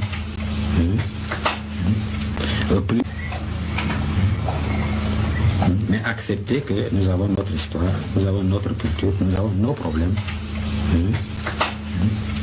Plutôt, aidez-nous, puisque vous avez fait votre bonheur, votre fortune sur notre dos, durant des générations. Vous avez suivi là justement Hissène Habré qui avait les mêmes problèmes d'ailleurs qu'avait rencontré en son temps Idriss Déby Itno. Je vais me tourner vers vous Simone pour vous poser justement la même question. Hein. Quelle est votre réaction après avoir écouté Hissène Habré en ce temps-là? Comme j'ai coutume de le dire, le chien ne change jamais sa manière de s'asseoir. Vous voyez que c'est le même système qui se perpétue aujourd'hui. Il a dit exactement la même chose que le maréchal l'a dit. Avant sa mort, oui. Donc, c'est dire que moi, et tout ça, ça n'interpelle pas les Africains pour leur faire comprendre que la France n'est pas le partenaire idéal. Oui. Ce n'est pas possible que, après qu'on ait écouté ça, qu'aujourd'hui, qu'on soit en train de fonctionner de la même manière, et dans tous les pays africains, ne plus qu'à des Français, les gens devraient se ressaisir. Et se ressaisir, c'est faire quoi? Signer des accords militaires entre les pays africains pour mettre en place une véritable armée qui va défendre la souveraineté africaine. Et de deux, porter plainte contre la France pour toutes les actions qu'ils ont posées en Afrique depuis au moins 600 ans. Parce qu'on est victime de beaucoup de choses. On a dans tous les pays africains des bâtonniers qui peuvent se mettre ensemble pour défendre les Africains. Où est-ce qu'ils sont?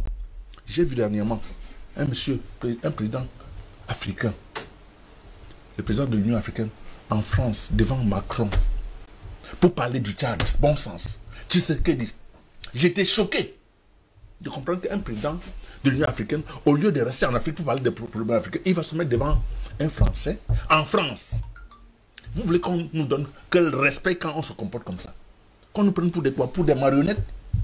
Non, je dis encore une fois, il faut que les Africains se ressaisissent. Et moi, j'interpelle tous les Africains sur ce plateau ce matin, que désormais, que les Africains ne mettent à la tête des pays africains que des panafricanistes convaincus, qui luttent contre la monnaie, contre la recolonisation, contre l'union coloniale. On ne peut plus continuer à accepter ça.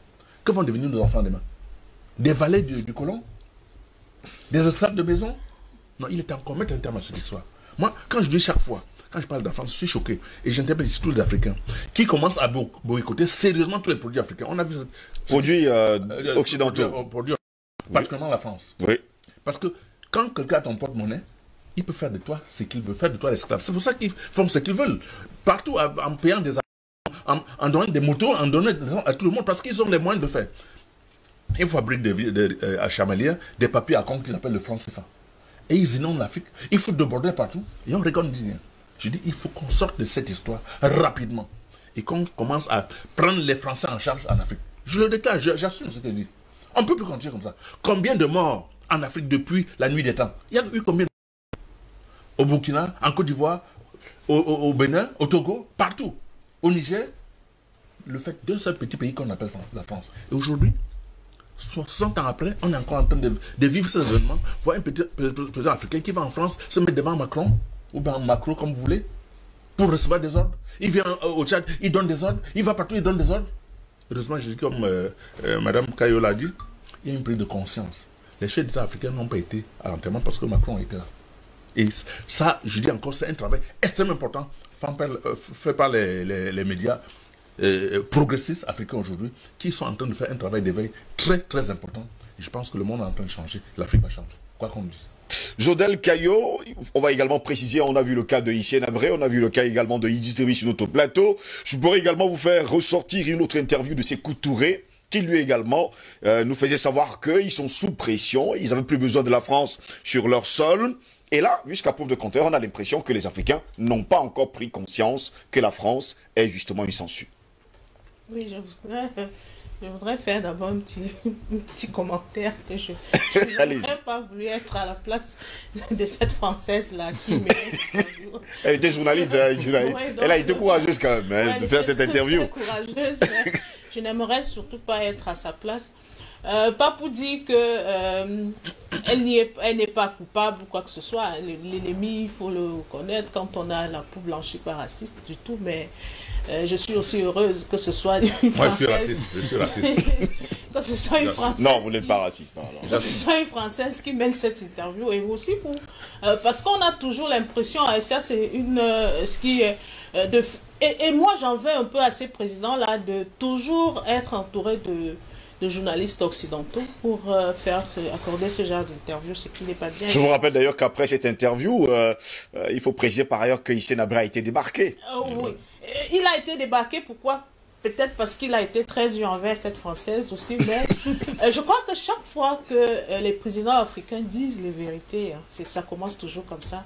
Parce que les Français, parce qu'il s'agit de la France, on reste avec eux, on accepte souvent, même ce qu'ils disent souvent, dictateur ici, président dictateur, etc. Le temps que ce qu'ils veulent pour dire que c'est pas ça qui est un problème.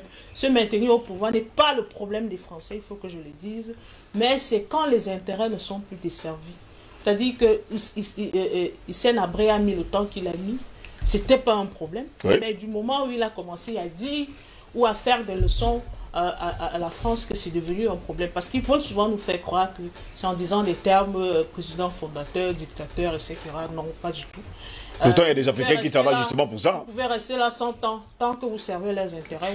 Ça ne les gêne pas, ça ne les gêne pas du tout. Le problème ici, c'est que il y a des choses qui sont dites et que le français, le colon n'aime pas entendre. Vous n'avez pas venu leur dire comment ils doivent faire et puis tirer, parce que, disons, les termes tels qu'ils sont tirés sur eux, parce qu'il n'est pas du tout tendre. Il dit que pourquoi vous voulez que nous fassions ce qui vous plaît de manière simple. C'est-à-dire que si je ne fais pas ce qui vous plaît, je suis l'homme à abattre. Oui, c'est ce qu'il dit. Oui. C'est ce qu'il dit. Mais revenons dans le contexte aussi simple que cela. Pourquoi nous, peuple libéré? Moi, je le dis parce que je suis une femme libérée. Excusez-moi. Oui, c'est votre droit. Pourquoi vouloir faire quelque chose que nous ne sentons pas? Pourquoi vouloir faire comme les autres? Nous avons notre culture.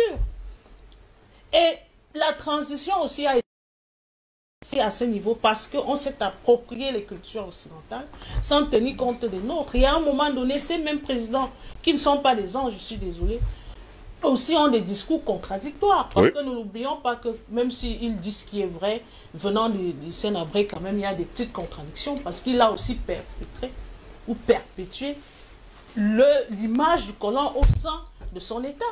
Donc, ces mêmes ne prenaient pas le poste présidentiel comme un poste de personne de guide, mais plutôt comme un poste de colon qui venait là pour martyriser ses semblables, comme le blanc est venu. Ça dit que c'était l'image là qu'avait le pouvoir et la puissance. Maintenant, le dire aujourd'hui, face à ces gens qui l'ont copié, c'est un peu contradictoire. Mais ce qui nous intéresse ici, c'est de dire qu'à chaque fois, et ça, je pense que l'histoire le prouve, pas moi, à chaque fois qu'un président africain a commencé à dire des choses de manière ouverte, à dire des choses... Tout de suite, il devient l'ennemi de la France. Frontalement, on l'a vu avec... Et c'est pour cela que le flou qui est autour de sa mort est fait à dessein. Parce qu'on peut faire une ramification directe avec les propos qu'il a tenus et son décès. Comment se fait-il qu'à chaque fois qu'un président africain commence à dire les vérités à la France, restons dans le cadre de ceux qui parlent la langue française, pourquoi à chaque fois, quelques temps après, il décède? C'est parce que la France elle-même ne sait pas encore, ou bien n'est pas encore convaincue de cette liberté qu'elle a accordée à ses anciennes puissances. Donc, je crois qu'il faudrait ici là que ces discours-là ne découragent pas. Parce que à force de le faire, ils vont penser qu'on va fragiliser à chaque fois. Non. Plus ça va se faire entendre et plus la méthode va changer. Parce que c'était assez rare à une certaine époque. Aujourd'hui, même si nos présidents ne veulent pas le dire, les Africains le disent, les mouvements le disent. Justement. Moi, je suis panafricaine, je le dis quand je veux et comme je veux. Donc, il ne faudrait pas que les gens pensent que c'est une tâche qui incombe seulement les élus. Non. Oui. Notre discours doit changer au niveau des réseaux sociaux, sur la prise de position publique, sur les interventions internationales. Parce qu'il faut savoir qu'il y a des Africains qui siègent. Il y a ceux qui siègent dans les différents conseils des Nations Unies, etc. Il faudrait qu'en allant là-bas, on soit éclairé, comme nos prédécesseurs ont été éclairés, pour qu'on ait l'abolition de l'esclavage et qu'on mette fin au colonialisme, etc. Il faudrait que ce combat soit individuel et collectif. Parce que c'est comme ça que les choses vont avancer. Ce n'est pas un président seulement de se retourner contre la... Puisque nous subissons cela, nous le subissons. Vous voulez un petit visa comme ça, on vous fait marcher comme ça pour avoir un petit visa pour aller faire un travail parfois. Tout le monde ne va pas en France pour chercher le travail. Disparaître et commencer à faire la pub, je ne sais pas quoi. Il y a des gens qui vont pour travailler. Et quand vous demandez un visa, c'est tout un problème parce que vous êtes toujours demandé. On ne vous voit pas comme un collaborateur. Donc il faudrait que de manière individuelle et collective, le discours soit unanime. Les Français pensent que c'est ce qu'ils font qui est bien. C'est ce qu'on veut nous imposer. J'ai encore dit récemment avec la notion de genre récemment. On nous fait penser que c'est parce qu'il faut avoir une certaine coloration sexuelle qu'on est vulnérable. Mais non, en Afrique, notre vulnérabilité est spécifique. On a nos problèmes. On a nos problèmes. Et traitons donc ces problèmes-là en fonction aussi de nos réalités.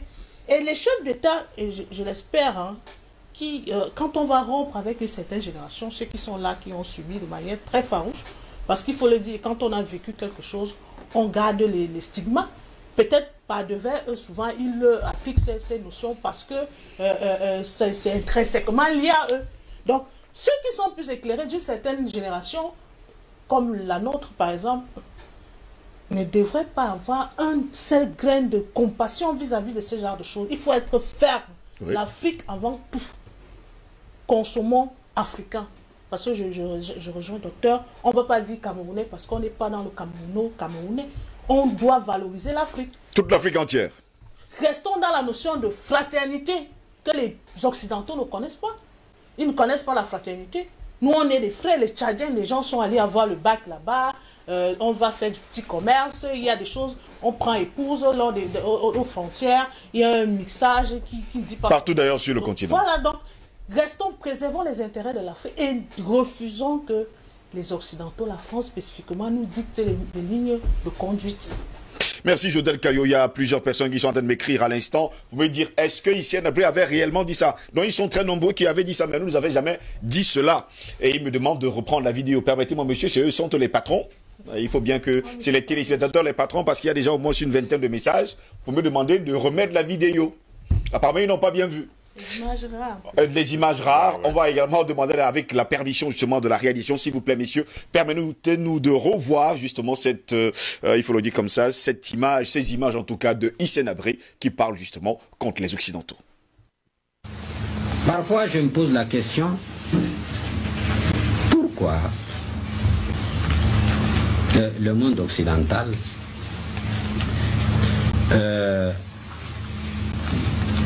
de façon parfois choquante, veut imposer à tout le monde son système. Nous sommes en droit de nous poser cette question. Et vous, vous êtes en droit de vous poser à vous-même cette question. Pourquoi vous nous dites ce qui est bon pour nous est bon pour vous? Toute l'histoire est là. L'Occident n'a jamais été un modèle de liberté et de démocratie, soyons sérieux. Vous nous avez toujours écrasés dans l'histoire. Depuis la traite des nègres, qui a fait entre 200 et 500 millions de déportés, de morts. La colonisation qui a été une tragédie terrible pour l'Afrique. Aujourd'hui, le néocolonialisme, vous nous dominez sous tous les rapports. nous exploiter sous tous les rapports économiques, culturels, politiques, diplomatiques, militaires. Et vous prétendez que notre bonheur, c'est ce que vous nous dites. Or, dans la pratique, vous avez toujours fait le contraire. Et vous, franchement, dans ce domaine, nous n'avons pas à recevoir des leçons de ceux qui prétendent être démocrates, mais qui ne le sont pas, de notre point de vue. En tout cas, par rapport à nous. Ils n'ont jamais été démocrates et ils ne le sont pas. Alors, laissez-nous trouver en toute liberté, parce que soyez convaincus que nous aussi nous aimons la liberté. Nos peuples aiment la liberté, la démocratie. C'est dans la nature de l'être humain. Mais acceptez que nous avons notre histoire, nous avons notre culture, nous avons nos problèmes. Plutôt, aidez-nous, puisque vous avez fait votre bonheur, votre fortune sur notre dos, durant des générations. Vous avez fait votre bonheur et votre fortune sur notre dos. C'est ce que déclare d'ailleurs Issé Nabré dans cet élément. Albert Anatoly, c'est en une minute parce que j'ai des messages à lire. Oui. En une minute seulement, non, hein, votre réaction. C'est un fait. Oui. Ce sont les Africains qui ont construit l'Europe, en tout cas l'Occident d'une manière générale. Oui. C'est le sang des Africains qui a construit l'Europe, la France et tout le monde là-bas. Et c'est toujours le continent africain qui fait tourner l'économie européenne, l'économie occidentale. C'est un fait. Donc en réalité, dans, j'allais dire, le formatage qui est entretenu et relayé par leurs médias, ils veulent nous faire croire que c'est nous qui sommes les pauvres, c'est nous qui avons un problème de pauvreté, c'est nous qui avons faim. C'est nous qui avons faim, mais je voulais quand même vous dire que désormais, ce sont les Espagnols qui vont chercher du boulot au Maroc. Au Maroc, oui. Et non l'inverse. Ça commence à venir. Donc, moi, je pense, et je voudrais également vous faire comprendre que c'est l'Afrique qui permet à Paris d'avoir un droit de veto au Conseil de sécurité. Oui. Je voudrais également vous dire que c'est l'Afrique qui permet à Paris d'occuper le 5e rang mondial en termes de puissance. Oui. C'est l'Afrique qui permet à Paris d'avoir une bombe nucléaire à travers l'uranium nigérien et consorts. Oui. Donc, c'est également l'Afrique qui permet à Paris d'avoir une économie qui fonctionne à travers le franc CFA, c'est-à-dire dans le compte d'opération. Donc, lorsque ces individus viennent vous parlez avec beaucoup de méthodes de condescendance, c'est inacceptable, absolument. Donc, je pense qu'aujourd'hui, puisque nous sommes en guerre, il faut leur faire la guerre, et cette guerre doit être dure et redoutable, parce que il est tout à fait inacceptable. Ils vont prendre les Africains ou nos frères, les endocolons qui sont dans la cellule africaine Élysée, ça c'est leurs engagements qui vont prendre avec Paris, ça les engage là-bas. Nous avons nos réalités, et ça le président Sénabil le dit, ils sont les démocratiseurs universels, qui leur dit qu'ils sont les modèles. Ils sont tous les modèles. La civilisation africaine est antérieure à la civilisation européenne, ça il faut le dire. Donc il ne faut pas qu'ils nous fassent croire, parce qu'ils sont venus voler tout, y compris notre patrimoine culturel, notre patrimoine culturel, nos vestiges, tout ce que vous voulez. Ils vont nous faire croire que c'est eux qui nous apportent la civilisation. Non, c'est absurde. Ce n'est pas l'histoire qui doit être enseignée à nos enfants. Il faut leur dire que ces gens, c'est des voleurs, tout simplement. Ce sont des voleurs, tout simplement. Et vous, docteur Jean-Paul Bellec, que direz-vous? Pour ce que Issé Nabré a dit, non, c'est clair que lorsqu'il dit ça, bon, et la réaction va être immédiate derrière, on peut aussi dire qu'il était déjà dans une lancée qui l'amène à dire ça. C'est oui. Qu'on lui fait le coup. Il était déjà dans une certaine lancée, il était déjà dans une lancée. Oui. Voilà, la façon de traiter avec ce partenaire français. Et après, on va Idriss Déby, c'est pareil. Je dis que le problème avec le Tchad et les Centrafrique, c'est qu'il faut faire comme on a fait au Cameroun, il faut demander le départ. Moi, quand j'étais enfant, il y avait les forces militaires françaises ici. À Jos, ce qu'on appelle la garnison militaire aujourd'hui, c'était l'armée française, le camp militaire français qui était là. On avait la marine française. Ils étaient tellement présents ici qu'il y avait même une équipe de football. La base navale, c'était la base navale, c'est français. Il y avait une équipe de football qu'on appelle le Parallèle 4. C'était une équipe de Français qui jouait ici. Donc, mais on les a demandé de partir. Ils sont partis.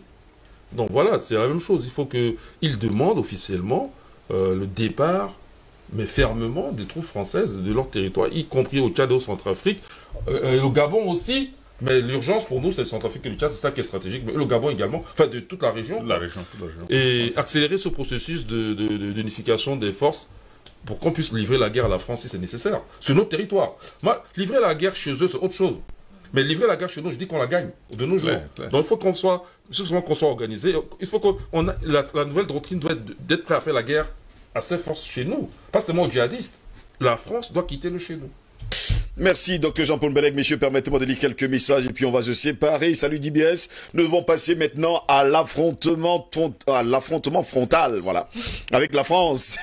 C'est ce langage qu'ils comprennent. 2 accrochages avec eux. Vous verrez, ils vont prendre peur. Quand l'Algérie l'a fait et le Vietnam aussi, ils sont aujourd'hui tranquilles. C'est Amine Touré qui nous a écrit ce matin. Bonjour monsieur, ainsi que les panélistes pendant les obsèques du maréchal Déby Itno. Regardez les gestes d'Emmanuel Macron à l'arrivée du corps de maréchal. Macron avait le doigt de la main plié avant de prendre son discours. Il tremblait. Cela démontre que c'est la France qui a tué Idriss Déby Itno. C'est Bouakarl qui nous écrit depuis Bobo Dioulassou du côté du Burkina Faso. Monsieur le président du Congo, RDC est un nègre de maison. En plus, son père a aidé Mobutu à tuer Patrice Lumumba. Regardez son acte pendant les obsèques du maréchal. C'est toujours Bouakarl qui nous écrit depuis le Burkina Faso ce matin. Quand Abré dit vous nous avez toujours écrasé, la journaliste a baissé la tête. Continuons à faire baisser les têtes aux blancs. C'est Joseph qui nous écrit depuis le Baba ce matin. On vous comprend parfaitement, messieurs. Bonjour DBS, bonjour le grand panel. Merci beaucoup pour la remise de la vidéo qui ne fait que confirmer ce que vous dites depuis 10 ans. Maintenant que les faux africains viennent encore critiquer le grand combat que vous menez. John Paul Leroy. Au patriarche Simo et à vous, grand journaliste Steve. C'est quelqu'un qui nous écrit d'ailleurs depuis le Congo ce matin. Bonjour Monsieur Ngos, le président Macron dans sa prise de parole lors des obsèques du maréchal Déby déclarait avec véhémence et autorité que la France ne laissera jamais personne, ni aujourd'hui ni demain, remettre en cause la stabilité et l'intégrité du Tchad. La France a perdu un grand ami. Qu'a-t-elle fait pour venger son ami? Les djihadistes sont encore au Tchad. Ont-ils été inquiétés par la France? C'est JB qui nous écrit depuis Bertoua, dans l'est du Cameroun ce matin. Bonjour Monsieur Steve et tous les vrais combattants de l'Afrique, que Dieu veuille sur vous. La lumière arrive, soyons confiants et soudés, et que les autres chaînes africaines n'ont qu'à emboîter votre pas. C'est Geoffrey qui nous écrit depuis Cotonou, au Bénin. Bonjour Steve, l'histoire de l'Afrique doit être réécrite, l'accent doit être mis sur nos héros afin que nos enfants intègrent le panafricanisme. Mais les historiens, eh bien, c'est à vous de jouer. Achille qui nous écrit toujours avec les messages. Bonjour DBS, à France est dénudée. Vraiment, ils sont mis à nu. Ces gens-là doivent laisser l'Afrique et aller travailler dignement pour gagner à la sueur de leur front. Le gain facile n'est pas une bonne chose. Et vous-même, vous le savez, comment finissent les escrocs. C'est Esso qui nous occupe de Lomé au Togo ce matin. Bonjour Steve, je salue tes invités Steve, j'aurais aimé qu'on compile toutes ces vidéos et les passer à longueur de journée. Anani de Port-Gentil au Gabon, les interventions des anciens présidents sur les vérités dites aux colons. C'est une très bonne idée, Anani qui nous écoute depuis Libreville au Gabon, à Port-Gentil autant pour moi. On va justement en prendre compte, on espère justement le faire. Il y en a tellement, c'est Touré, j'en ai plein d'ailleurs que vous m'envoyez tous les jours et merci d'ailleurs pour tous ceux-là qui participent au combat dans les 4 coins du monde. Bonjour Monsieur Ngos, que mon frère Simo déjà ne parle plus de pré-carré français. Merci. C'est Kuntz Mambou qui nous écrit avec le plus 352. Je sais pas de quel pays. Bonjour Shengo. Je crois que le problème est aussi notre peuple qui refuse de se libérer. Chaque peuple mérite ses dirigeants. C'est quoi ce peuple qui dépense des milliards pour aller tourner autour d'une pierre à la Mecque, une terre désertique appelée Terre Sainte? Tout cet argent que nos populations vont déverser chez les Arabes et Occidentaux pour les pèlerinages bidons développe le continent en 10 ans. Le panafricanisme a échoué, changeons de paradigme et devenons kémites. Un panafricain musulman chrétien ne sert pas à grand chose pour libérer l'Afrique. Bonne journée à vous, c'est Kouma Ezali depuis Londres. En tout cas, ça c'est votre pensée. Il faut également le dire aujourd'hui. Bonjour cher monsieur, les Français pensent qu'ils vont toujours pouvoir nous manipuler comme ils le faisaient en tout cas avec nos parents. Dès à présent, nous avons quoi faire contre eux. Nous sommes prêts à prendre les armes contre eux. Nous sommes fatigués de voir tous ces meurtres. Ils tuent nos frères et nos sœurs. Nous devons nous séparer. Que Dieu nous protège. C'est Malanou qui nous écoute depuis Aqua, ici même à Douala ce matin. Bonjour à toute l'équipe de DBS matinale, c'est une évidence, le vrai terroriste, le vrai djihadiste, c'est la France, en Afrique subsaharienne, c'est le vrai bandit de l'Afrique, c'est la France, et je vous le dis, tous les jours, nous avons les traîtres parmi nous. La France a instauré la violence chez nous, elle décime nos familles et nos villages, pille nos richesses et nos économies. Alors, nous devons répondre par la même violence. Alors, le combat que nous menons est celui de la jeunesse africaine. Nous, jeunesse, nous devons dès maintenant nous lever et attaquer avec la même violence toutes les institutions françaises dans nos pays. Nous devons chasser ces gens dans notre territoire. J'ai eu mal de voir un militaire français pointer son arme sur un jeune africain dans son pays. C'est inacceptable. C'est Bamagwate qui nous écrit depuis le Baba, ici même à Douala ce matin. Bonjour à vous tous, particulièrement la dame, courage à vous et mes félicitations. C'est Doji Nyak Penou depuis Lomé au Togo qui vous dit félicitations, Jodel. On vous a beaucoup aimé ce matin. Bonjour DBS, nous ne recevons plus le signal à Bafoussam. Qu'est-ce qui se passe? C'est Hilaire depuis Bafoussam. Oui, il va falloir demander justement à votre câbleur, hein, qu'est-ce qui se passe. Il faudrait qu'il vous dise justement ce qui se passe, vous qui êtes du côté de Bafoussam. Bonjour à tous sur le plateau de DBS. Un jour sans écouter cette émission est égal à une année. Dites-nous, que faire? La France, les Français et tout ce qui va avec doivent libérer ce continent. Merci au PDG de DBS jusqu'au vigile. La France ne va pas nous destituer et surtout destituer le Tchad, car nous les enfants de l'Afrique, ces bandits, voleurs, braqueurs, pilleurs, sectaires, démons, zombies, PD. Ouf, les gars, c'est dur quand même ce matin. Hein? La France ne veut pas de débit fils parce qu'il sait que le débit fils va continuer le travail de son père. Moi et ma famille voulons rejoindre les panafricanistes, mais officiellement, bonne émission. Je suis Ousmane Zok. Monsieur Ngos, mon nom est Ousmane Zok. Bien vouloir m'ajouter dans le groupe WhatsApp. S'il vous plaît, je veux rejoindre les panafricains. Merci également à vous. Le mec, il est tellement enragé. Il nous a écrit pendant très longtemps encore. Ousmane Zok, Dr Mbele, Papa Simonde, Albert Anatola ici, Monsieur Bandakani, prière de me donner vos contacts. Ousmane Zok, qui nous écrit depuis Yaoundé, la capitale du Cameroun. Encore un dernier message, messieurs. Bonjour, Monsieur Ngos. Question, un officier de liaison français qui a accompagné Monsieur Idriss Déby dans le théâtre des opérations. Pourquoi faire? Et curieusement, c'est ce dernier qui a informé son président dont la France était là. C'est Dr Ben qui nous a écrit également ce matin. Un dernier message rapidement pour sortir de cette édition. Mouto qui nous écrit depuis la Suisse. Bonjour, Monsieur Ngos et à tous aux panélistes. Prenons même l'exemple de notre pays, le Cameroun. Tout le monde aujourd'hui est d'accord que ce qui se passe au Nozo vient d'ailleurs et que le but était de déstabiliser le pays. Preuve est que toutes ces ONG qui polluaient l'espace médiatique ont changé leur discours. Pourquoi? Eh bien, le service de renseignement camerounais les a démasqués. Monsieur Ngos, le chemin est le même, amener absolument et à tout prix les mouvements rebelles sur l'espace politique pour que les financiers cachés, celles des contrats d'exploitation sur des matières premières, la rébellion ait un accès sûr aux ressources minières. C'est Moto qui nous écrit depuis la Suisse ce matin. Vous êtes d'ailleurs très nombreux à nous écrire, vous êtes encore très nombreux à continuer à écrire, mais nous ne pourrons pas lire tous vos messages ce matin. Jodel Kayou, je vous dis merci d'avoir été là ce matin. Merci à tout le monde. Hein. Merci. Vous voyez, je suis toujours ravi d'être là. Très heureux de vous avoir d'ailleurs. Ouais, il faut toujours renouveler l'invitation, je serai là. D'accord. Je suis à Douala, bien sûr. Simon, merci d'avoir été avec nous ce matin. Oui, Ngos, il faudrait que les Français là sachent que c'est quand il y a un moustique sur tes testicules que tu sens que tu ne peux pas résoudre tous les problèmes avec la violence. Merci beaucoup. Docteur Jean-Paul Bert, merci d'avoir été là également ce matin. Merci d'avoir invité, merci d'avoir pris part avec tous mes autres co-panélistes. Et Simo qui a ce proverbe. Oui, il a dit que c'est quand tu as un moustique dans les testicules que bon, c'est que tu vas tout résoudre avec violence. Oui, Albert Anatola ici, merci d'avoir été là ce matin. Merci, c'est fait un plaisir comme d'habitude, mais il faut quand même dire des choses. Il faut que les jeunes quittent les réseaux sociaux, mais s'ils sont sur les réseaux sociaux, c'est pour s'informer, n'est-ce pas?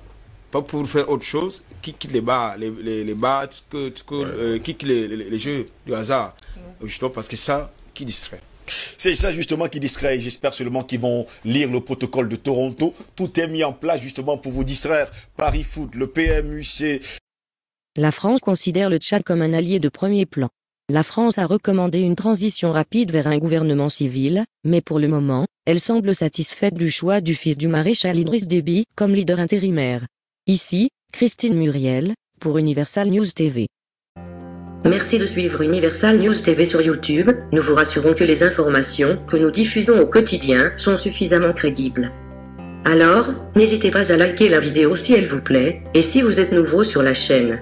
N'oubliez pas de vous abonner et d'activer la cloche de notification pour ne pas rater nos prochaines vidéos.